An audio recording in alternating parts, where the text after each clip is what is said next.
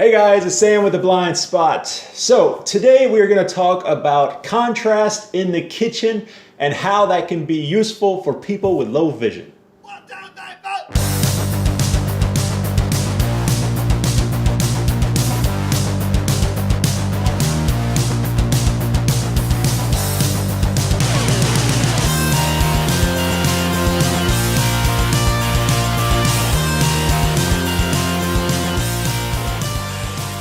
Okay guys, as I said, we're going to talk about contrast and how that can be used in the kitchen to help people with low vision.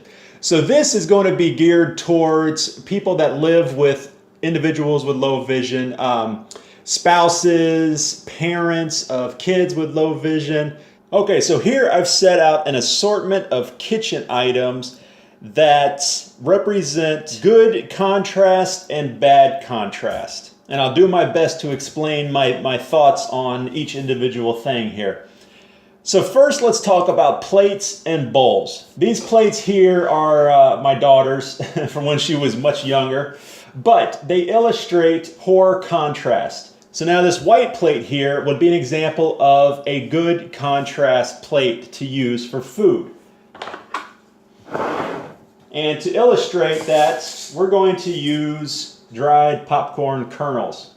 If I put these onto the plate here that has a very busy pattern and not a lot of contrast, that is almost impossible for me to see all that food on there, all that popcorn.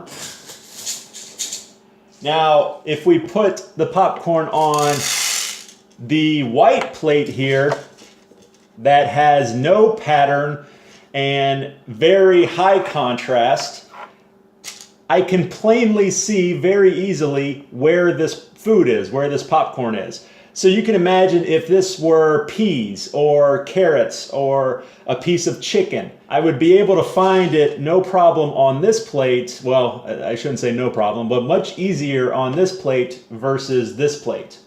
Now that same principle holds true for this white mixing bowl here.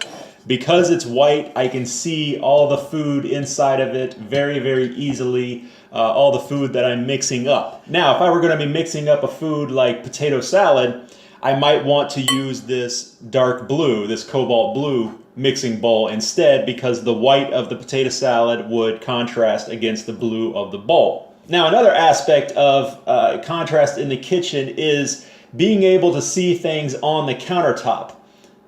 And that's where some of these other items come into play here.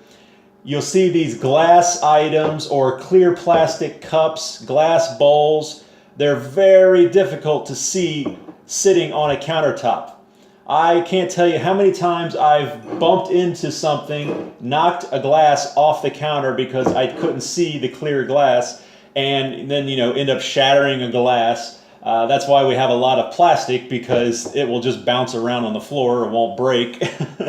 But that's why I prefer high contrast cups and high contrast bowls for mixing. They're just much, much easier to see. This very large black cup sitting on the counter, I can see that from a distance, no problem. And then because of that, I'm much less likely to knock this off the counter versus this clear glass here. So the bottom line is it's all about the contrast. All right, there you go, guys. That was a quick look at how utilizing contrast in the kitchen can help people with low vision.